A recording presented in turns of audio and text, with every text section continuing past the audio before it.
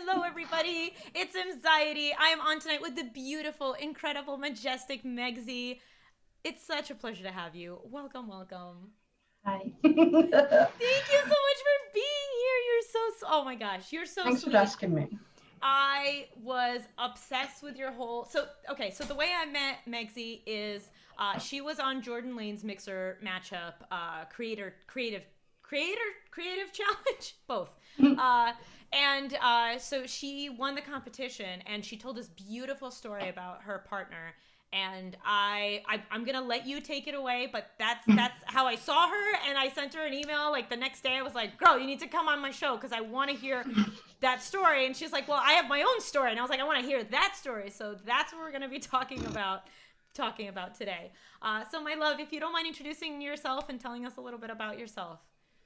Hi everybody, I'm Majestic Megzy. I am a mixer partner. I have fibromyalgia. I've had fibromyalgia for about 4 years, coming up in September, Wow. and I just got into streaming through kind of just messing about with makeup to start off with.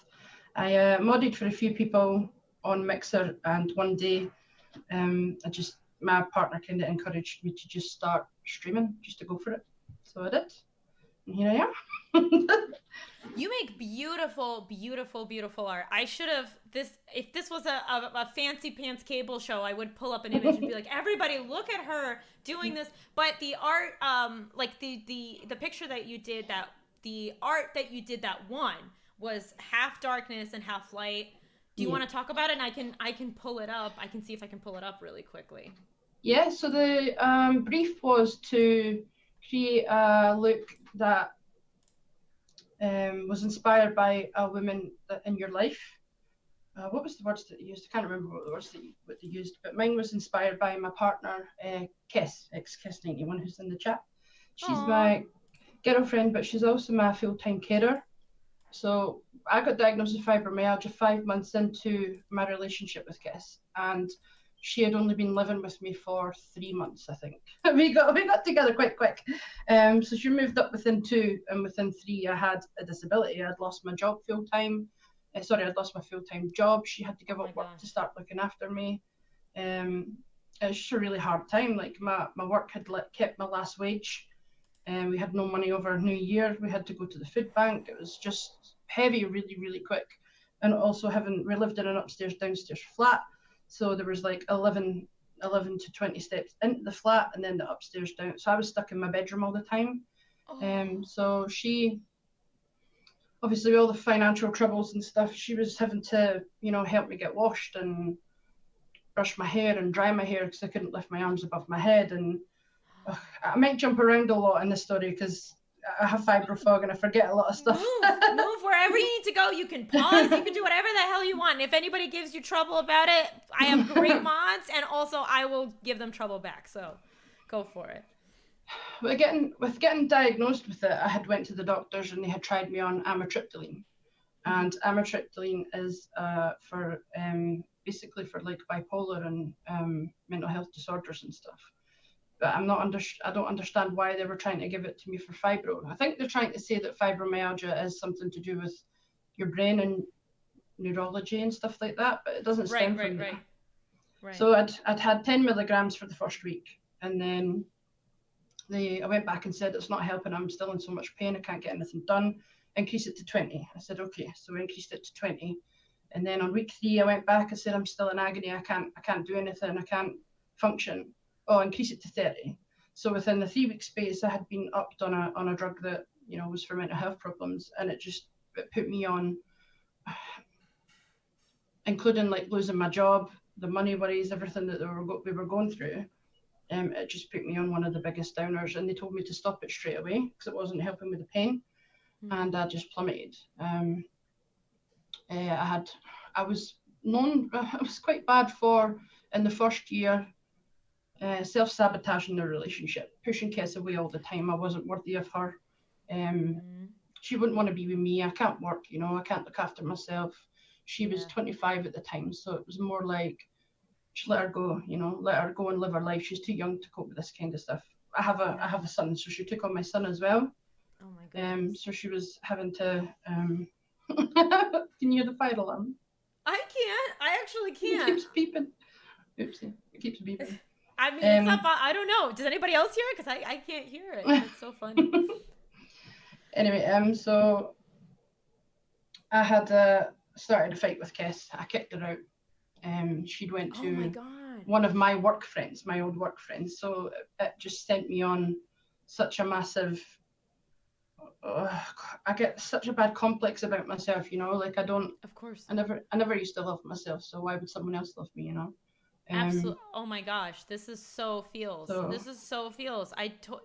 Same thing when I figured mm, out like my depression was in its worst. It was very much like go away. You want somebody who's healthy. You want somebody who doesn't have to deal with this. Why do you want somebody who cries all the time? And yeah, it's hurtful to the other person because they're just trying to help, and B, like you're telling them they can't decide for themselves. yeah. It Yeah. was really hard because I just thought I'm never going to be able to work again. I'm not going to be able to provide for my family. I'm not going to be able to buy her nice things. I'm not going to be able to go on dates like other couples. Like it was just everything hit me at once, Yeah. and I kicked her out. She went to stay with one of my friends from work. Our son was staying at his friend's house, and I just wanted to take the whole three boxes of amitriptyline at once. And I phoned the Samaritans. It was only I phoned my mum, but she didn't live near me. She was about 45 minutes away, so she had contacted the police, and they had come to the door and basically said, "Look, are you okay?" And I was like, "Yeah, no, you know, like I'm going through all this stuff." But it was probably one of the lowest points of my life, trying Yeah. to deal with a diagnosis, a new Yeah. relationship, mental Yeah. health, Yeah. suicidal thoughts, Yeah. trying to be a mum, trying to do everything, you know, it just got all Yeah. wiped away from under my feet. Yeah. So yeah, it Yeah. was really, really hard How do you from the come to get go. terms with that? How do you? I mean, because clear you're here. So first of all, thank God you're here. I'm very grateful for you, and I'm very grateful that you're sharing your story. So, how do you I come to don't. terms with that? How do you go like, okay, this really sucks, but I'm still gonna live my life and I'm gonna make it the best. How do you get from there to here? My child and Kiss are the only two Yeah. people that kept me going. Yeah. There would be this, even as it was an ongoing thought process for about the first 2.5, 3 years maybe. I've only just turned the corner end of last year, beginning of this Wow. year. Good for Yes, you for I turning went the corner. into I went into CBT. Was it Cognitive cognitive behavioral therapy. therapy? Mm-hmm. Yeah. So after, so I'll jump back now. After the suicidal thoughts and stuff, I had went to the doctors because I didn't really know what was going on, why I'd had such an episode. It was a build up Right. of everything, the medication and stuff, and depression and all that. And they had referred me for a assessment of personality. They thought I had bipolar or personality disorder, one of the two. But he had Sure. just said that it was basically a lot of childhood past trauma and a lot of adult Mm. trauma. So Mm-hmm. before the fibromyalgia diagnosis, I was already struggling with depression and anxiety anyway. I had a abusive stepfather from the age of, he was my stepdad from I was about 3 till I was 17. Um, he wasn't, he was evil. He's probably the most evil thing that's ever walked this earth. Like he's just, he makes my skin crawl. He's disgusting. So I had to put up with that for 14 years. And it kind of it set me up for accepting narcissistic, controlling people in my life. My Right. first long-term relationship with a girl was narcissistic, control freak. Like I wasn't allowed any friends, wasn't allowed to go anywhere. Oh She my changed the gosh. way I dressed. She Mm-hmm. changed the way I spoke to people. Mm-hmm. Met a girl, random girl that I had one date and kissed on a night out. Started to fight with her. I couldn't go anywhere. I couldn't go to my mum's without her being in my pocket, and it was controlling to the point where, you know, when the money came in, it had to go on what she needed, like her scratch cards and her cigarettes and her juice and all of that kind of Oh. stuff that she needed. And then Kenzie Mm-hmm. got it. Kenzie would get what he needed stuff, and she's walking around in the best of clothes, you know, and I'm walking around with holes in the middle of my trousers and holes in my trainers and not thinking like me, I'm at her, you know. What the worst of it was she left me for someone else, so I felt like it was Oh my after all the gosh. stuff that I'd put up with for Yeah. 2 years, it was a kick in the teeth that she had left me for someone Yeah. else, you know. Yeah. Well, how can you walk out of that and then see somebody care about you and be like, you have an agenda, not think that that person has an agenda. Like, why do you like me? What is wrong with you? What's your problem that you could like me? If you're so used to people treating you terribly, it like doesn't make sense that somebody wants to take Yeah. care of you. Yeah. She was just disgusting, to be honest. She was horrid. I'm so glad that you're like saying that though. That's amazing. That's a sign of huge growth to be able to go back and be like, no, you were wrong. Because there are definitely relationships in my life that I sit back on and I will still say like, you know what? No, I still did this thing and it was wrong of me. No, like if somebody's shitty, sometimes you could do everything right and they're still shitty and it has nothing to do with you. And yeah. She used to threaten to leave me if I said, look, I want a break or something. She'd be like, well, I'm not coming back. And she'd use like the fact that Kenzie was like 5 or 6 at the time, and he, you know, a child at that age is going to have a bond with anybody that's in their life for any length of time. Do you know what I mean? She used to use that bond as against me, and I kind of had to keep her around. And after she left me, I went to live with I never went to live. I went to look after my brother's kids on the Isle of Arran for about 3 weeks. So I had a nice break away. And when I came back, she started stalking me with her girlfriend. So they started driving circles around my house. I think she was warping her girlfriend's brain into thinking that it was all about Kenzie. I wasn't letting her see my child and all that kind of stuff. So the girlfriend thought that I was the bad one, you know. right. So they started driving around my house, and she was using the child as a tool to. So she came into finally got on my feet, you know. Had a job. I was working in a bar, and had a really, really nice house. Having my own money for the first time since I'd had Kenzie. 5 or 6, I think it was about 5 or 6 years old when I went to school. First got my own job. I was really on my feet for the first time in a while. And she came in my work one night on a night out and decided to not to leave. So she had to get physically removed and started punching my boss. And then decided to stand outside my house with a bottle up her sleeve to, as we say in Scotland, chib ya. So I got back in the taxi and went round to my friends, and the next morning I had met someone else. I'd been with someone else for 6 months at this point. She's still going. 6 months on, I still had her. Like the bairn had anal retention, so he was struggling with going to the toilet properly, and it was getting to the point where he was stressing out that much. He was coming out of school with soiled pants and stuff. It was like, she was just horrific. So I got up the morning after she was standing outside my house, and I jacked my job in, my job that I loved. I gave my notice on my flat, and I moved in with the partner that I was with at that time. I'd only been with her 6 months, and I was running from my past, you know. I was taking my kid, and I was getting out of here. And I spent 3 years with her, not being able to find a job because I didn't know anybody in that city. You know, it was 45 minutes up the road. I didn't have anybody around me. I didn't have my mum around. Don't have my brothers, don't live near me.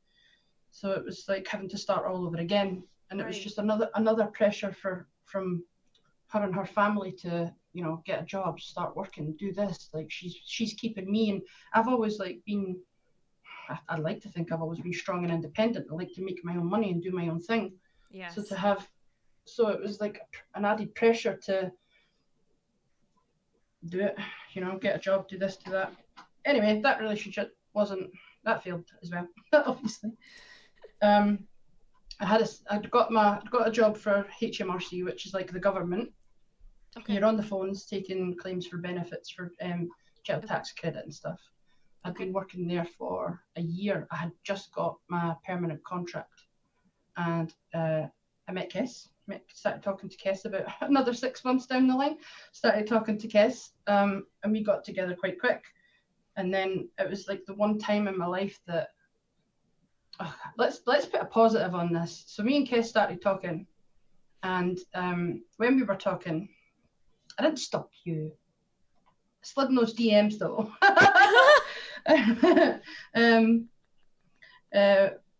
What was I going to say? Oh yeah, so sorry if I started on stuff. It's the fibro fog trying to kick back. No, you're fine. We did a whole episode on fibro fog and stuff. So everybody in the community is on. Yeah, mine is so bad. It's awful.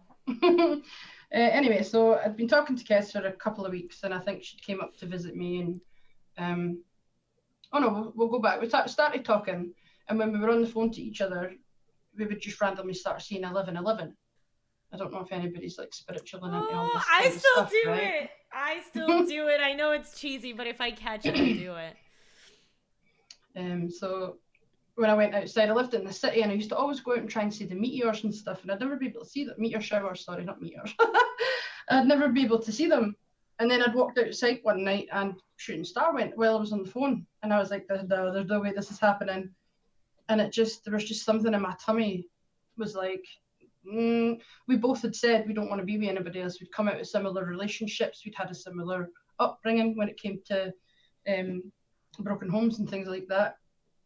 Exes had treated us the same, and we were basically kind of just connecting over talking about our issues, you know, like I don't want to meet anybody else. I'm quite happy to just be by myself.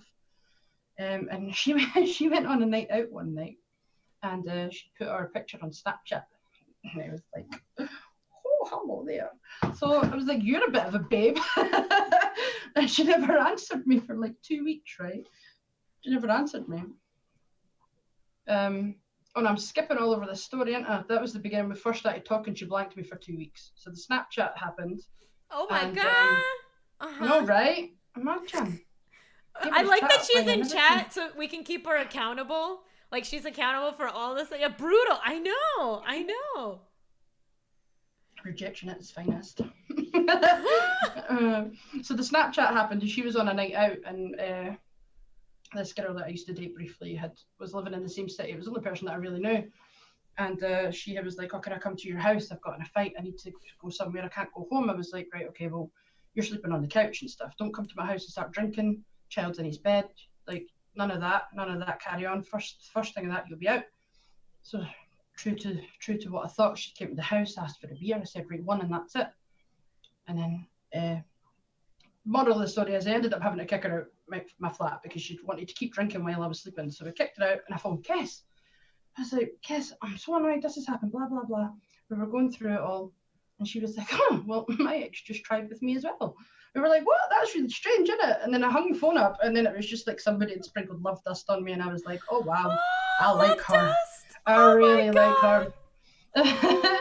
And from there it was infatuation. Like we spoke. I used to work day shift, and she worked night shift. Mm-hmm. So she would go to work at 8 o'clock in the morning, and finish at 8 o'clock in the morning when I was going to work, and she would wake up at 5 when I had finished. So when she's on her night shift, I'm meant to be sleeping for work, but it didn't happen. I was awake all night talking to her constantly. Like I couldn't get enough of talking to her. She was just like this, so strange, just this thing I couldn't budget.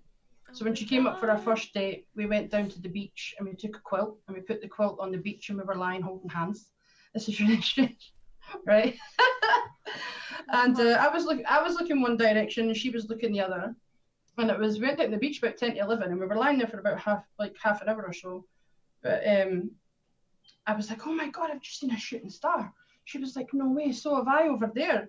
And you can't make this up. Like you couldn't make it up. It was 11:11, and the both of us seen two separate shooting stars in the sky go right over our heads, and it was like, no, this is just crazy. And I just knew she was just everything. She's saved my life. Her and Kenzie have saved my life many times, and they don't even know it at all.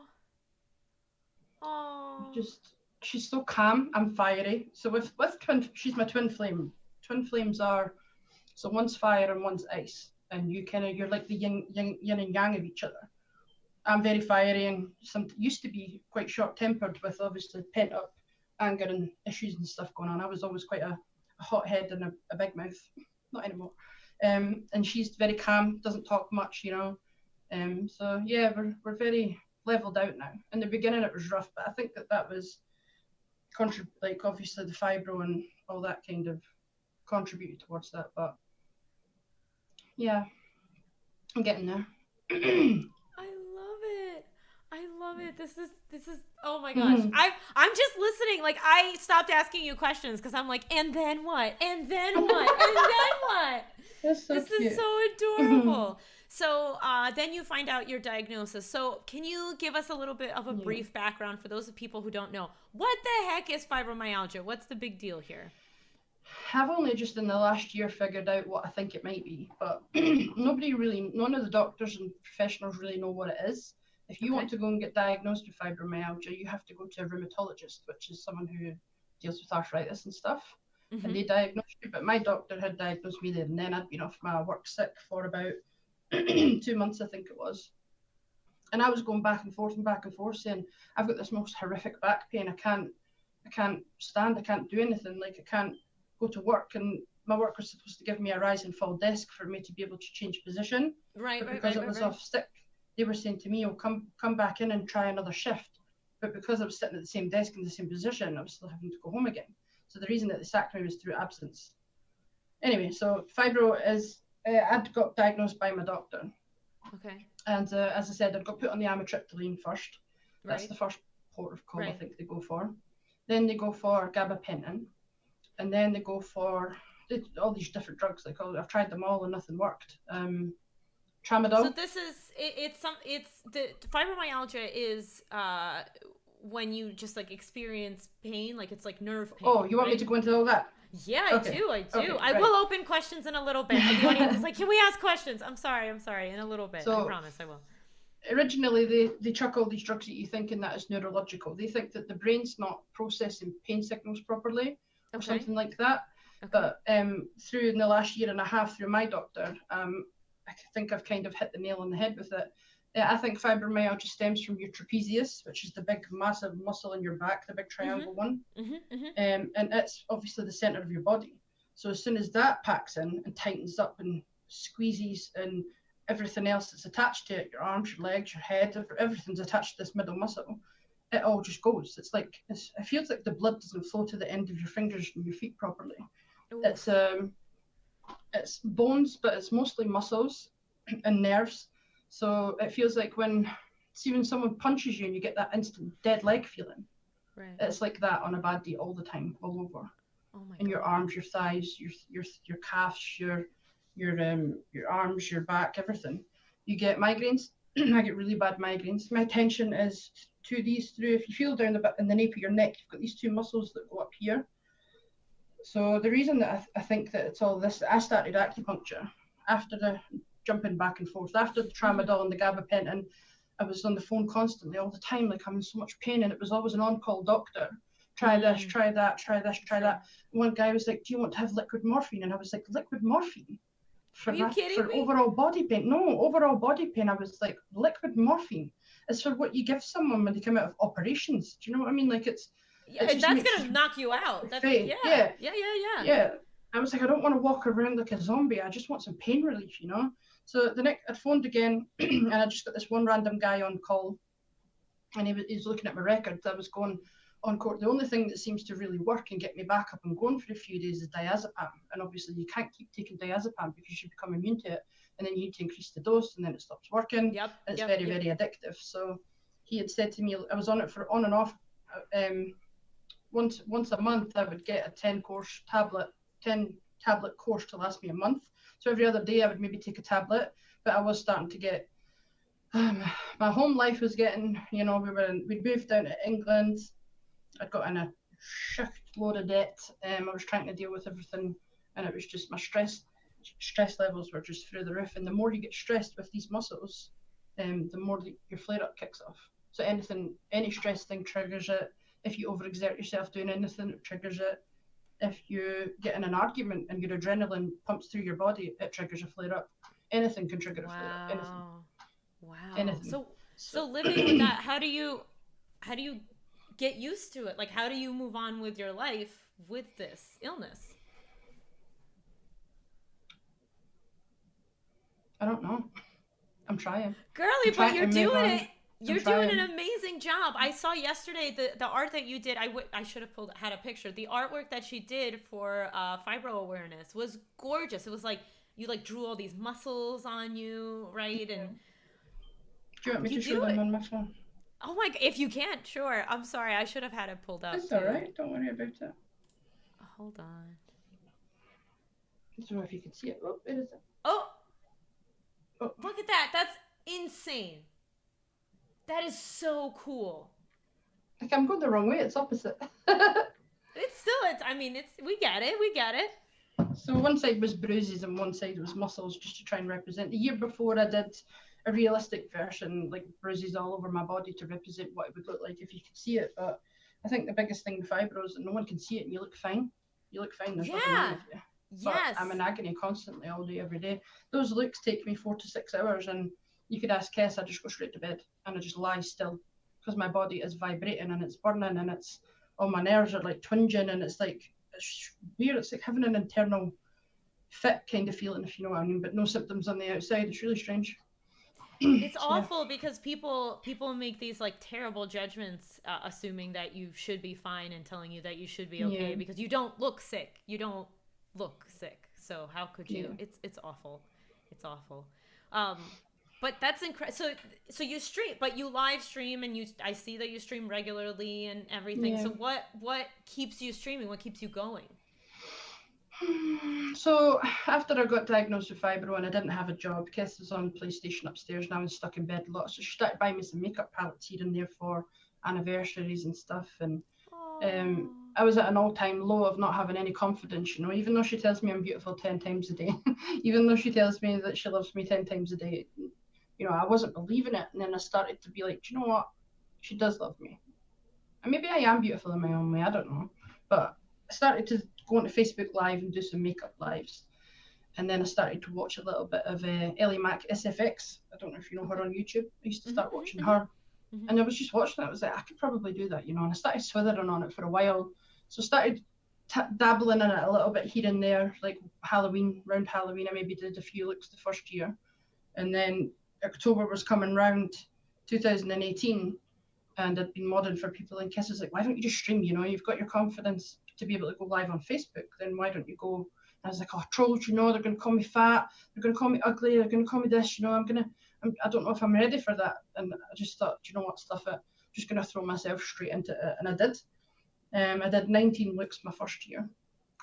Trolls I'm kind of immune, you know, like there's nothing anybody could ever say to me that I haven't told Right. myself. Like, Exactly. You I could look in the be mirror.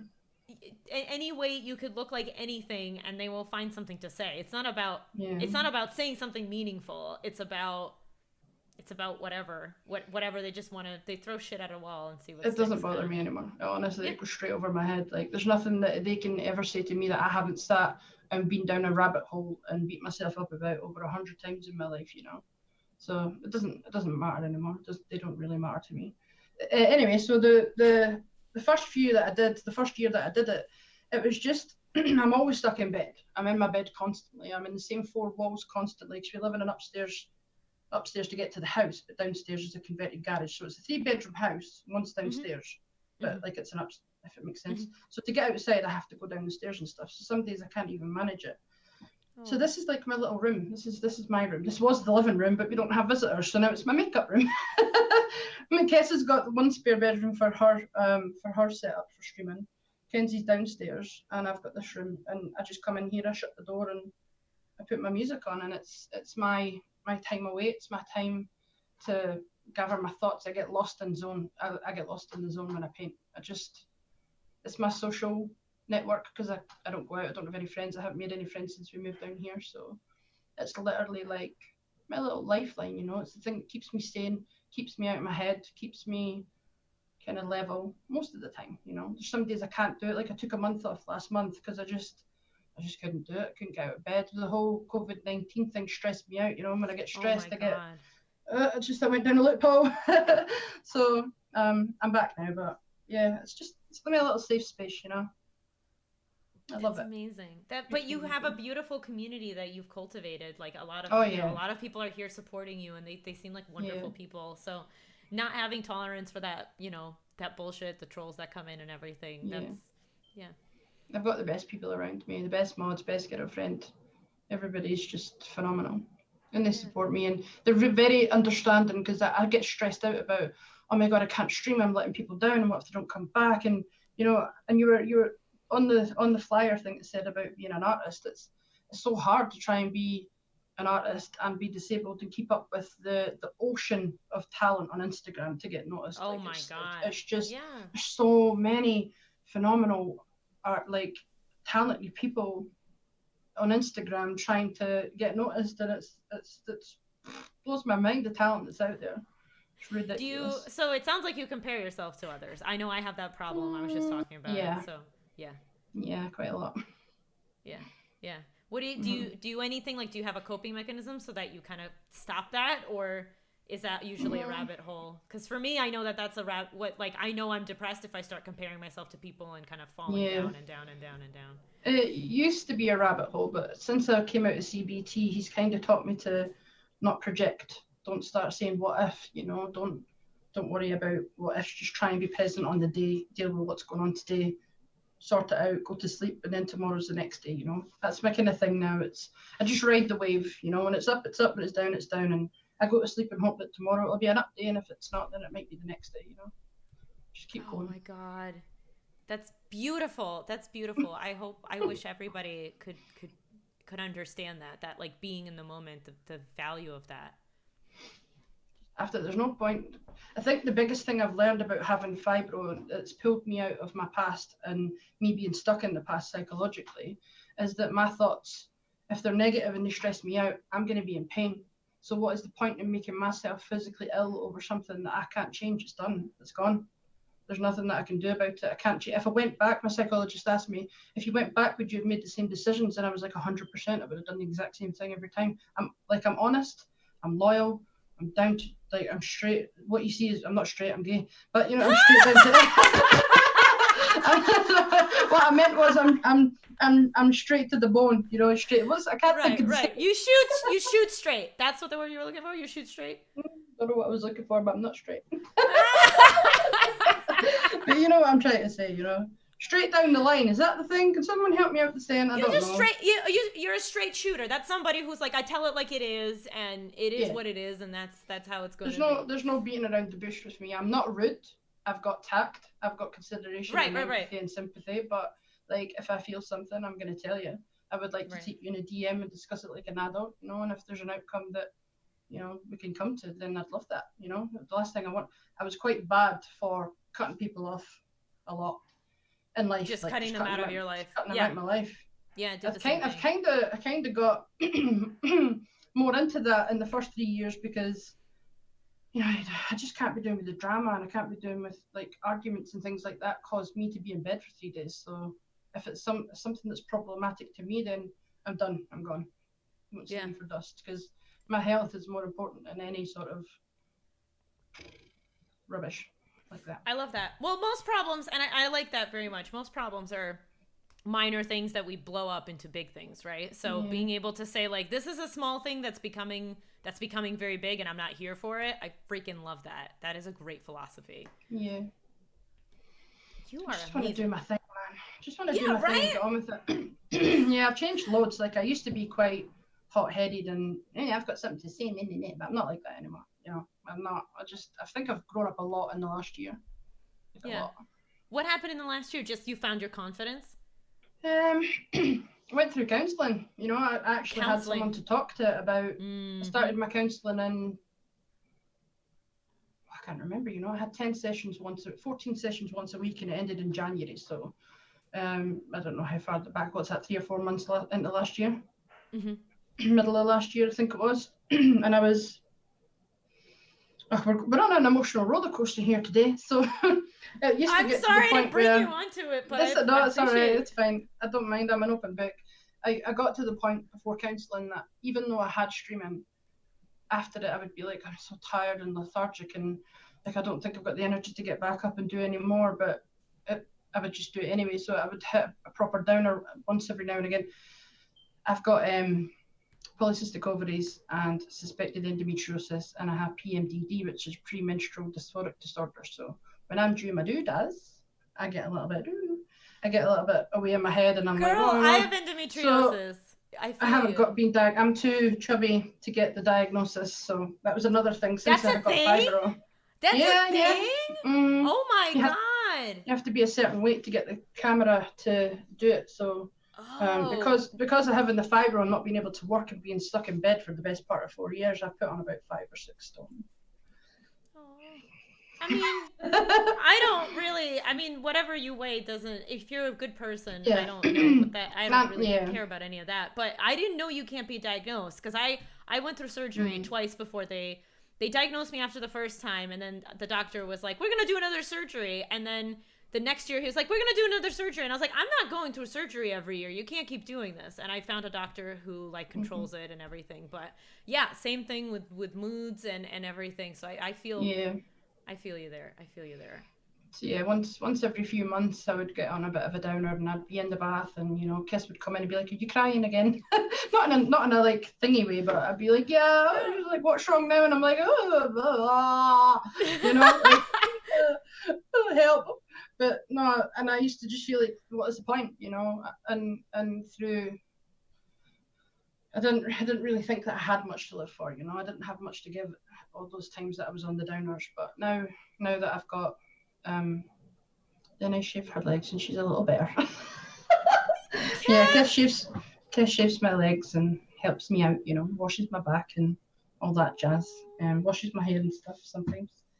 But yeah, I went to counselling, and I think just having someone to talk my thoughts through with properly, because he would question my thoughts. I would say something negative, and he'd be like, but is that actually true? Or there was a lot of stuff from my childhood got brought up through counselling as well. My stepfather had recently been caught in December for being inappropriate towards quite a lot of 15-year-old girls. Um, and I had had a few incidents when I was younger with him trying to groom me and stroke me and be Right. inappropriate towards me and stuff. And I tried to tell Right. my family, and no one really believed me. So I went through a lot of years thinking that um, You're I was wrong. a That's liar. yeah. They Yeah. all thought I was kind of lying about it. And my oldest brother actually said that I was an attention-seeking Of course. um, names. So I stopped talking to him after that, and I haven't spoken to him since. So it came out this year, and as while I was in counselling, it kind of came out before I was due to end counselling, and I had said to him, like, I don't want to go away from here and then have all this happen and not be able, take all of the good progress we've Right. made away. So he was Right. like, right, what I'll do is I'll try and extend you a couple of sessions, and basically when you come back in January, we can talk about what's happened. But I ended up having to give a statement to the police in December, just to try and help these girls, because I had called his girlfriend wife at the time when I was about 21 or 22, and he'd got with her, and I knew she had a daughter. I was like, I can't not say anything, I can't not warn her. Right. What if he Right. has got away with that, and then he tries to go further, which he did. I couldn't really live with myself if someone else is emotionally scarred or worse, like I am. So a lot of stuff that came out in December, and it was I don't want to use this word because it sounds bad, but it was like the validation that it wasn't all in my head, like I wasn't a liar, Of I wasn't an course. attention seeker and Of stuff. course. Like, Right. so Right. I gave the statement, and it was kind of like a weight off my shoulders of, I can let that go now. Like, it's just done. I'm so done. I don't want to have to keep bringing up stuff in my life that's going to keep making me go backwards, when I'm trying to make progress. So yeah, through the Good therapy, for and you. I just feel like the last, I've missed a part out. I binge eat a lot. I used to go into comfort eating a lot. I don't smoke, I don't drink, I don't do anything like that. So the only thing that I really had to make me feel better was food.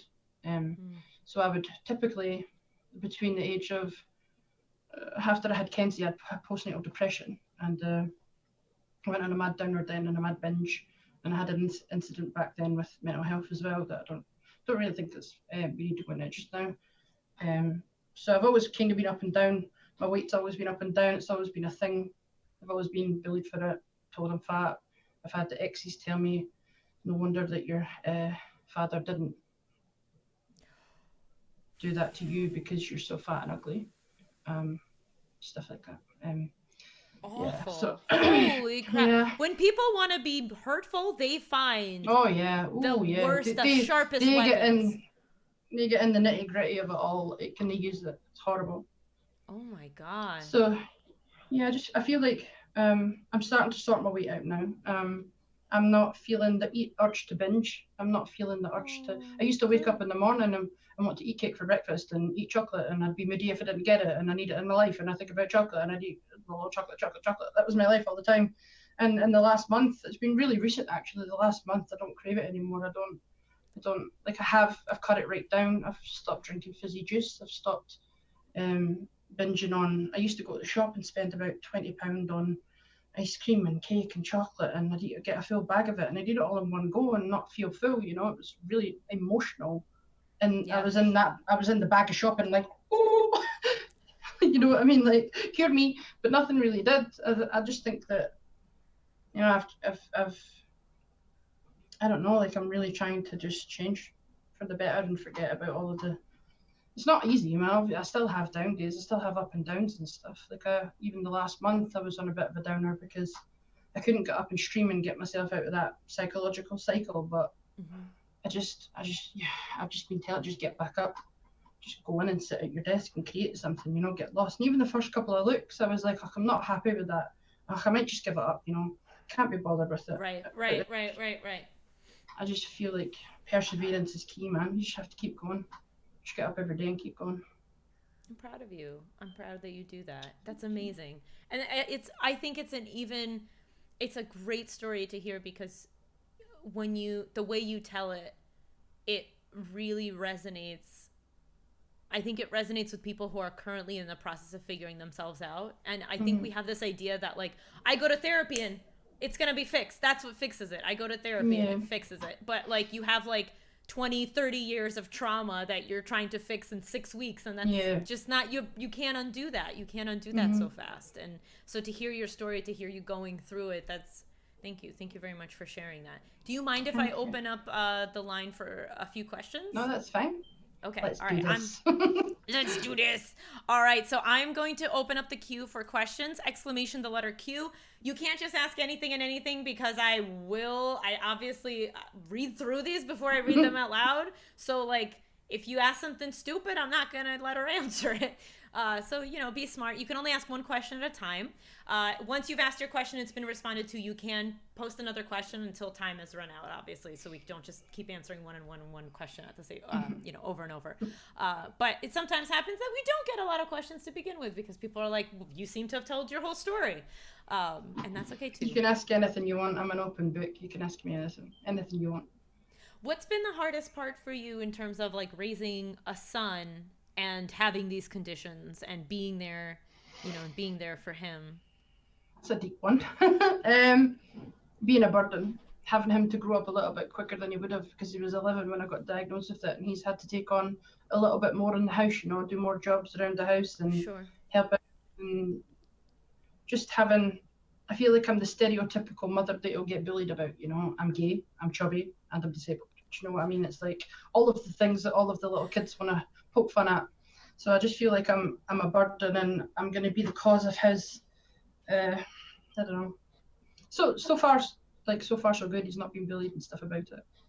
But yeah. I just feel like. No, go ahead. Sorry. No, you go. It's fine. No, I was going to ask you another question, so I wanted you to finish answering this one. Go for it. Okay. No, I could just ask it. My next question is: so when did you figure out that you were gay?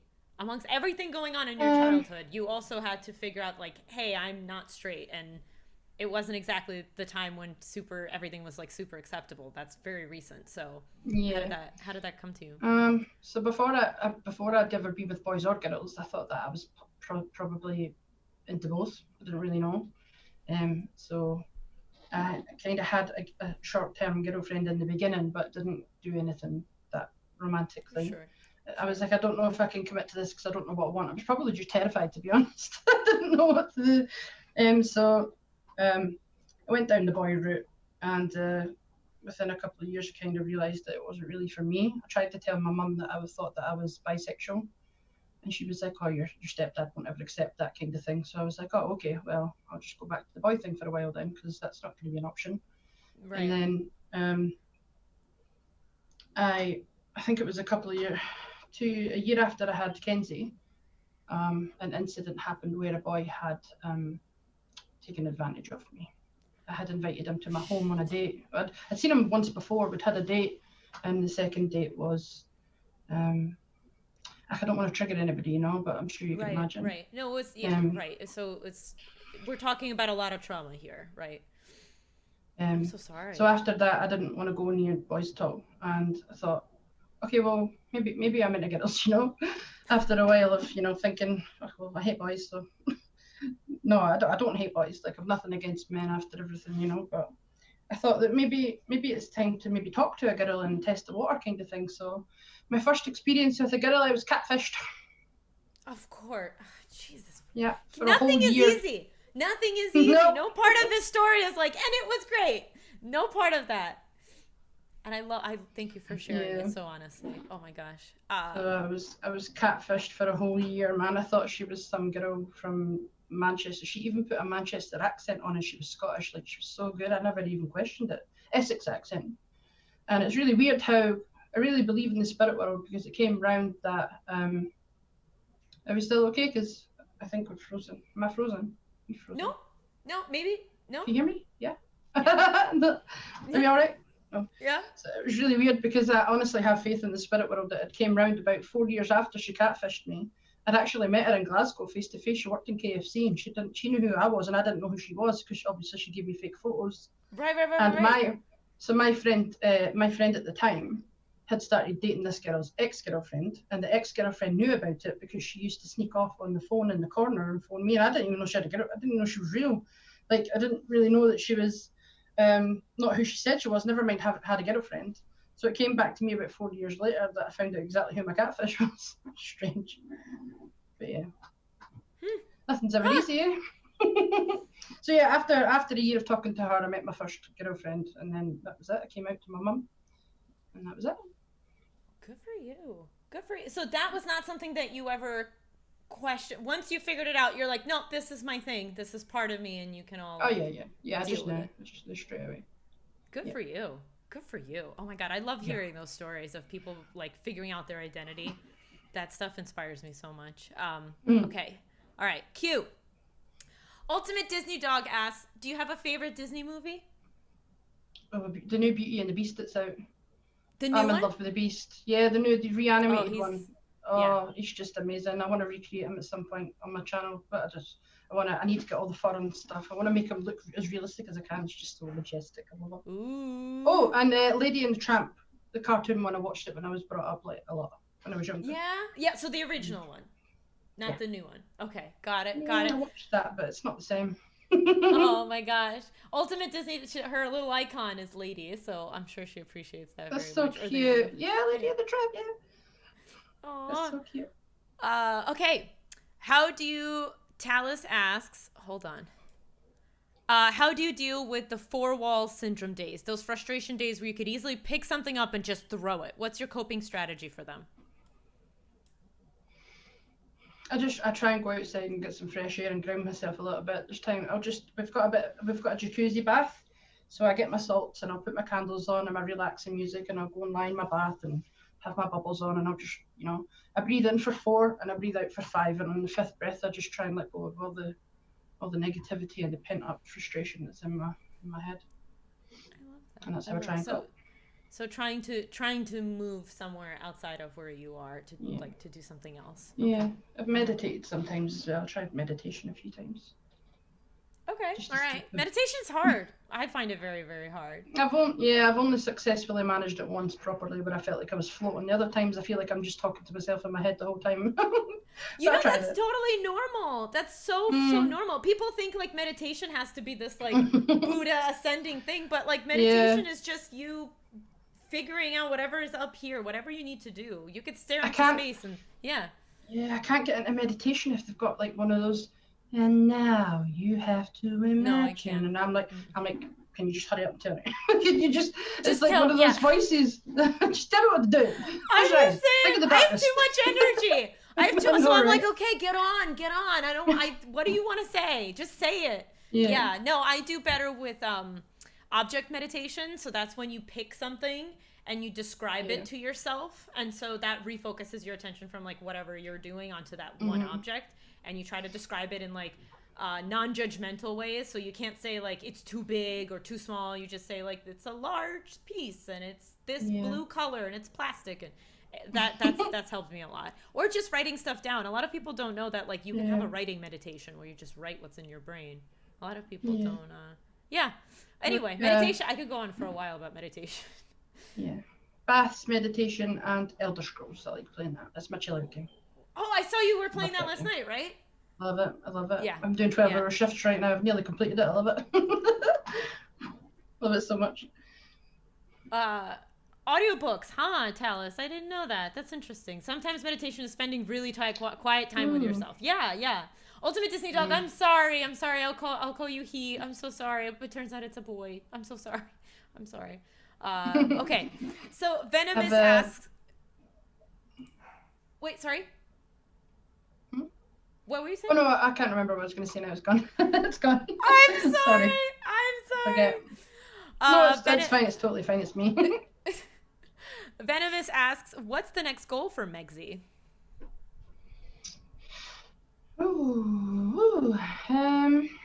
I would like to be on the Jeffree Star PR list. No, I would like to be working with bigger companies, like Meron and I don't know, just really build my YouTube up. I think I'm going to try and focus on that this year and get that looking more professional and sorting that out. She wants a ring on it. No. What do you mean no? Not until I've lost some weight. I've told her not to propose to me when I'm going to ugly cry with 16 chins. No, I need to lose some weight first. No. Oh my God, girl. I mean, it's not the same, and I can't translate it to your weight, but I was 20 pounds heavier when I got married, and all my pictures I'm bigger than I am right now, and it's okay. I promise. I don't want to feel self-conscious that's true. in any of my photos and stuff when I want to be in the moment, happy with the love of my life, you know. Like I don't want to have any doubts or anything really, any excess. Whatever you need, but you're beautiful, and you're so focused on your wedding day on like the love of your life that you don't notice any of that. It's afterwards when you're critical and you're looking through the pictures and going, I did this here, I did this, but I get it. Whatever you need to be happy. SOS Empress asks, do you feel CBT aided in helping you get to the point where you are now? Sorry, I was reading that comment. Can you ask me that again? Oh, no, it's okay. Oh, gosh. Okay. Do you feel CBT aided in helping you get to the point you are now? Yeah, I think it really honestly helped me process my own thoughts better. The way that he described it, when like a thought is basically, I'm going to tell you what he told me, and it really, really helped me. A thought is like when he said it's like two somethings in your brain connect and it creates a thought. So your thought, he used is it a metaphor? I don't know what that is, right? But when like your thought could be the leaf rolling down, floating down the river. So you would have that thought, and then you should just let that go. But the way he described it was like when they kind of meet and it sparks. I kind of resonated with firework. So when you have the thought, your firework like goes up. And then when your firework explodes, you should just let it fizzle out, you know, don't concentrate on it. Don't go down the rabbit hole. Don't keep thinking over and over and, you know, getting stuck in it. You've just got to have the thought, be okay with the thought, and then just let it go. Try not to, projection. Try not to project all the bad things that might happen. You know, try not to get stuck in it, and I don't know. I just try to let my thoughts go. But yeah, I do think that it really helped me a lot with how I deal with things. Yeah, I like that a lot. That's a huge piece of something else that I learned that helped me a ton is your thoughts are just thoughts, and if you let go of these ones, new ones will come. So it's similar to what you're saying, but like it's another way to let them go, where you're like you'll have more thoughts, and after that another one will come, and you never stop thinking. So just continue letting them go. You don't have to focus on them. Yeah, it's hard though. Yeah, definitely. Nep it's really hard. It is. No, it is. Nep asks, being LGBT, has that made any of your illnesses harder or anything harder for you? No, I don't think so. Apart from trolls giving you the odd, you know, homophobic comment, I think I've been quite lucky. I don't really get that much aggro for being gay. I don't. it's not really a big thing in my life that I get. Good. Good. I'm How do you happy and keep confident in who I am. good? Oh my god. Yes. Yes. Yes. Do you feel like the makeup and stuff like helps you become more confident? It helps you become like the you that you want to Yeah, see? yeah, Yeah. Yeah. A lot yeah. of people talk My about makeup's like my little mask. yeah. Yeah. I've heard people like get Hmm. really judgmental and say things like, and they've said that to me too. I have a lot of like scars that I cover with makeup, and they're like, well, you have to love Hmm. yourself the way you are without makeup, and yeah, but I would love myself more if I didn't have some scars on my face. Yeah, definitely. I've got two forms of acne as well. I've got hidradenitis suppurativa and a form of cystic acne. Hmm. So I've always had like spotty bad skin. So I do feel like my makeup skills have adapted. Actually, I've got a bit of a breakout on my forehead right now. But when I don't have any makeup on, I'm really, really self-conscious. Like I just feel like it's the only thing that you can see on my face, you know. It's just, ugh, I hate it. So when It I've got takes makeup people's on, focus away from you. I feel like hmm, for me, yeah, for yeah, me, yeah, that was always the case. Like people are looking at your hmm, acne instead of talking to you. If that makes yeah, sense. I don't know. That exactly. might be not the Hmm. best example, you guys. I should probably be more confident, project that confidence. But like, acne is one of those things that since I was a kid, it was always just like Hmm. the biggest thing that I was always freaking out about Yeah. and giving myself a hard time over. And other kids are mean, so there's that. Okay, Stride Cipher asks, do you keep up with fibromyalgia research? Have you participated in any? What do you believe about the positive news coming up about low dose naltrexone or cannabis in easy symptoms? I did take part in a survey. It was an email survey for someone. That was the only one that I've done. Um, I take right now. My medication is cocodamol and CPD oil and acupuncture, and that's the best that I've found in 4 years that works. The best. I'm not cured. I'm not never going to be cured. I don't think, but I don't. I have asked my doctor about the cannabis patches that are meant to be coming to the UK Mm-hmm. because it's cannabis is illegal over here. So he said that we're looking at 5 to 10 years before you can get that on a prescription. So I Mm-hmm. buy CPD oil and it's about £90, but I get 3 bottles of 2,000 milligrams and it lasts me a couple of months, but I have to pay that out of my own pocket. My acupuncture, luckily, my doctor does it in the surgery room and then so I get like 10 minutes every week, once a week. But obviously with the virus, I had to go to 2 weeks, so I'm not really coping very well just now, but hopefully it'll go back to. I've got it on Friday coming. I think that if you hit the trigger points, I get 2 in the base of my skull, 1 in my trapezius, 2 in my sternocleidomastoid, and then I get 1 in my shoulder. I've just had to have some in my wrists as well because my wrists are quite bad. But I think that once I've had it and I've had a sleep the next day, I honestly feel better. Like it lasts me about a week. I'm on week 2 of not having it, and I'm really struggling. Last week was quite a good week for me. It was a little bit better. Yeah.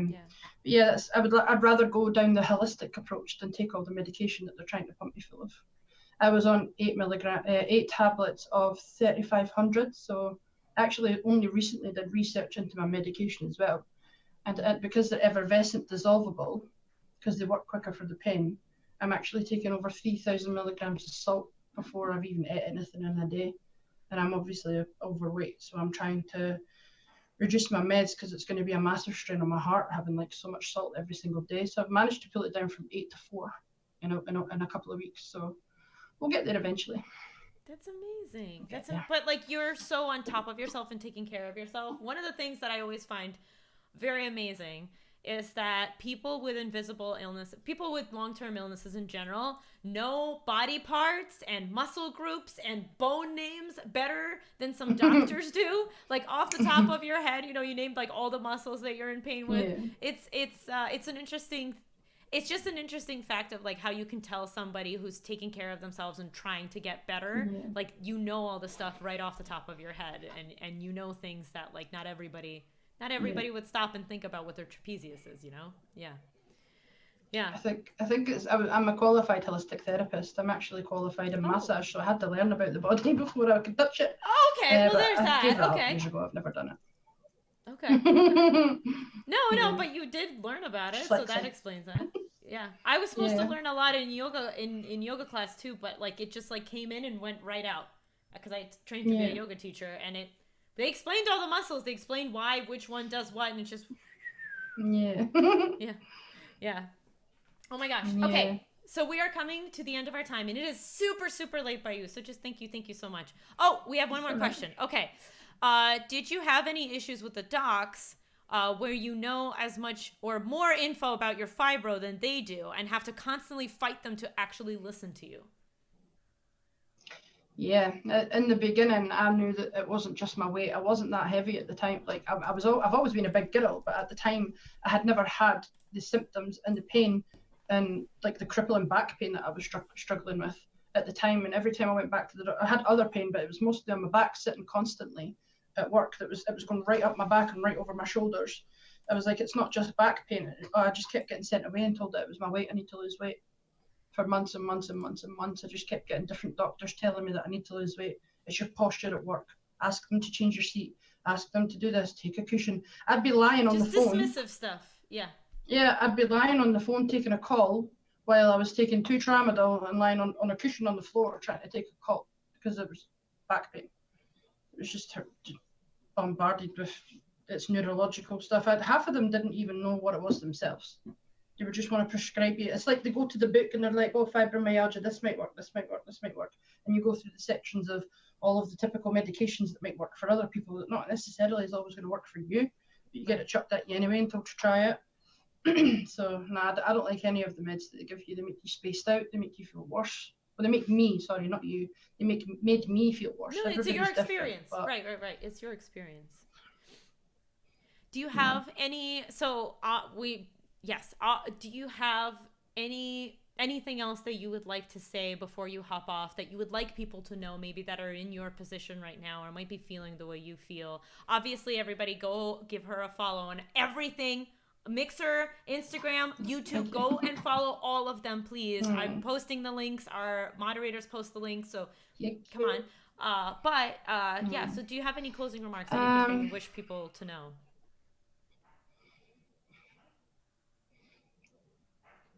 Don't be so sorry judgmental. To put you on the spot. Like you looking at someone at face value. Not you. I'm saying in general, people. You're fine. And not anyone in the chat. You're probably not. But try not to be as judgmental as to look at someone and think that they're fine. Because as soon as I come off here, I'm going to go straight to bed. I'm going to probably need to have a hot water bottle on my neck because it's seized up. I don't know if you noticed, but I'm literally seized up. Yeah. Don't judge a book by its cover, because I mean, it's just, I could be going to Tesco for a food shop, but that could be the one time in the day and all of my energy I've used for the week just to go and do that one task. I can't go outside for fresh air. There's some times where I have to hang out the window like a dog just to get a bit of fresh air because I can't manage my stairs. And then there's times where I'll come onto stream and I'll put all of my time and energy into the 4 hours and I'll just go and I'll just be in bed for the whole night and I'll just sit. It's not, and you can't see that. Like what you see right now is everything I've got. Like I'm giving it everything that I've got. I've been unwell all day today and I was like, I'm not going to let it down. It's really important, but there's been so many times that you have to cancel hospital appointments and cancel like events and anything that you want to go to. In fact, ask Kes, I've been out for one meal with her family in 4 years. Like it's just be understanding and be accepting of everybody. Just everybody. Just love everybody. You. Just love yourself. Love everybody. Love everything. I love that so much. Thank you so much for being here. I know this wasn't easy for you. You told me beforehand that you were having a rough day, and you came on anyway. So just thank you. Thank you so much. No, it's all right. Yeah. I appreciate you. I appreciate you for letting me come on, and thanks to everybody from my community coming over and showing support. And thank you for doing all of the things that you do all year round and not just on the months where people raise awareness for it on the month. And thank you for letting me talk. I don't usually talk about my stuff. I'm usually quite a quiet, I just go and deal with it by myself. Pure Kes gets her ear burnt off all the time. I feel like this, I feel like that. She's my go-to, but apart from that, I try not to burden other people with my stuff because I know that everyone's got issues and life is hard for everybody, man. Everyone's got stuff that they're going through, battles that they're fighting, financial problems, like everything. Like you just don't want to be an added stress to someone's life, and I hate it. So I'm quite a quiet sufferer, So yeah, thank you for letting me come on and talk to everybody and talk to you. And you make me laugh, man. I was watching you last night when you were watching the other night when you were playing Animal Crossing. You're just so infectious, and I think you're just amazing, honestly. You No. It's like, I love her. She's so funny. Video game diva, you snatched that butterfly, by the way. I seen you. So you snatched that butterfly. Oh my god. I'm kidding. You're so sweet. But well You're done for winning. so sweet. Yeah, still 4th place. That's still a good job. Mxiety, please tell Meg that she doesn't need to do it alone. Cass has my details. She can come talk to me. We've been through the same with Fibro. Thank you so much to everybody for the support. I really appreciate it. It's a really quiet thing. I think every mental health issue and anxiety and invisible illnesses are all silent sufferers, because you know how much other people are going through because you deal with it yourself, kind of thing. So it means a lot for people to extend that generosity. So thank you. You're beautiful. Kisses, Sharon. You're beautiful. Thanks, babe. Oh, you guys are so cute. Stop. Oh my goodness. Thank you so much for being everybody. here. Come on. Come and say hello to everybody, quick. Come on, you're part of the story too. Hurry up. Come Hurry up. on. She can't hear me. Thank you, Video Game Diva. Sorry if I haven't replied to any comments. I'll probably go back and watch the VOD and read them all, but thanks so everybody for she's not. Is she coming? Come on, I'm waiting for her. She's here. Come on. There she is. Hello. Hi, lovely. Thank you. Oh, come round this side. I've not even brushed my hair. She's not brushed her hair today, so she's paranoid. She's never. Put your hood up. It looks fine. Sorry. You're fine. This is my life. This is my life. He's alright. Not my wife, my life. Well, a little bit of both. No. Soon to be wife. It's fine. Thank you. You guys are so lovely. You guys are adorable. Thank you again so much for being on. Thin supermodel and all that. Oh my god, you can be first of all, I don't know if you know, you could be a supermodel at any size nowadays. So like don't.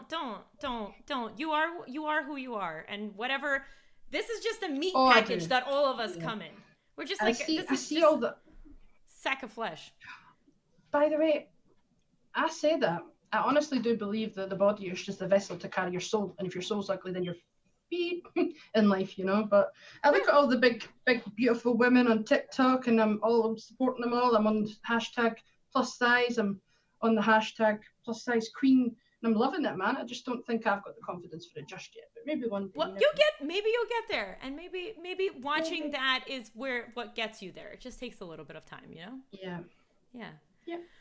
All right, everybody, go follow Megzy on all of her links because I said so and because you listened to her and she's like absolutely incredible to talk to. So thank you so much, Megzy. You are so adorable. Thank you, everybody.